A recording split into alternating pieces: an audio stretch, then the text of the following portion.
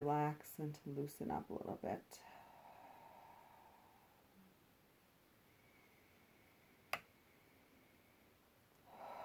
Lowering your shoulders away from your ears.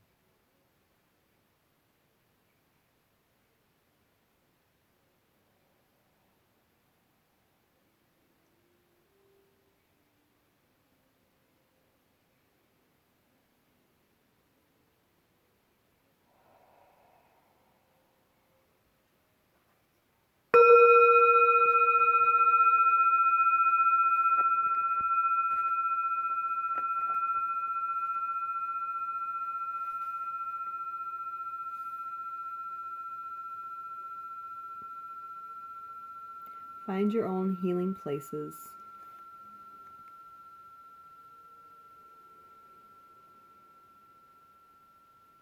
When I arrived in Sedona, I met Marianne. She and her husband ran the lodge where I stayed. "You'll like it here," she said. "You'll find the healing that you need." "Where should I look?" I asked. "Where should I go? What things should I be sure to do?" "There is no map for that," she quietly replied. "You'll find your own places. They'll call to you, or you'll call to them, or you'll call them to you. You'll be drawn to what you need." Sometimes along the way, people specifically point out things to us. We get a clear plan about where to go next. But we can also reach for a place for which there is no map, no itinerary, no set agenda for how to find our way. That's because we're supposed to be trusting our heart. This is an important place on the journey.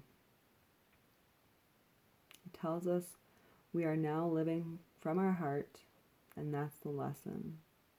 It tells us our heart can be trusted.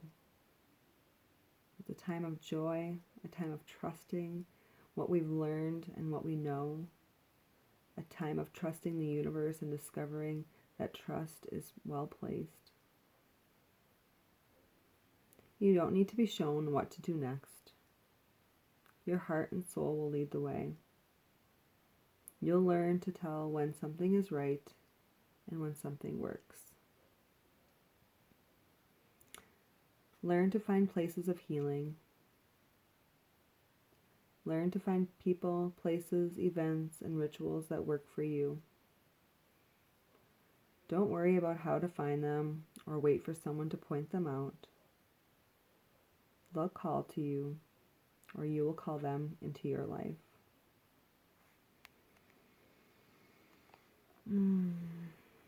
Yes, take time to find those places.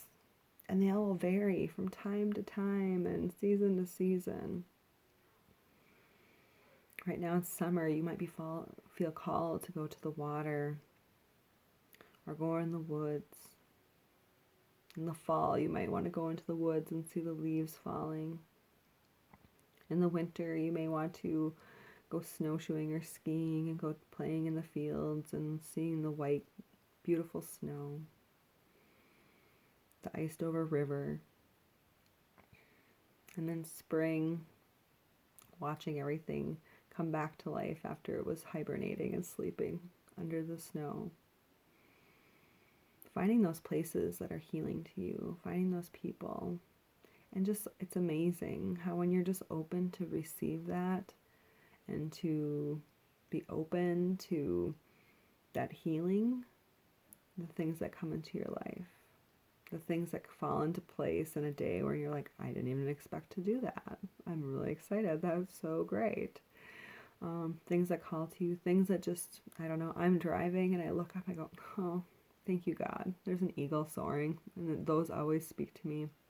And I always go, what was I thinking of? And I can't think of anything that was particular, but I'm like, but I just go, thank you. Because it just reels me back in, and it keeps me remembering all the blessings that are around me and the healing places that can be even as I'm driving and I see an eagle, or looking at the flowers around me, all the glorious gifts that have presented themselves to us as we're walking through our daily lives. It could be a dime on the sidewalk. It could be any of the things, but finding those healing places and those healing things that you need to do for yourself. If you're feeling called to do yoga instead of doing cardio, go ahead. I've been feeling called to do my workout first and then do my coffee with Jesus afterwards. Just finding those things that you're feeling called to do, and listening to your body and what you need at this moment. And like I said, it can change from season to season, month to month, day to day, moment to moment.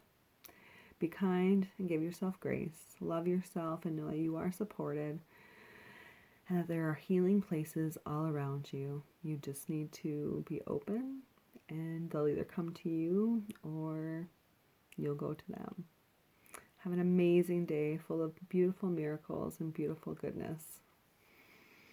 So much love.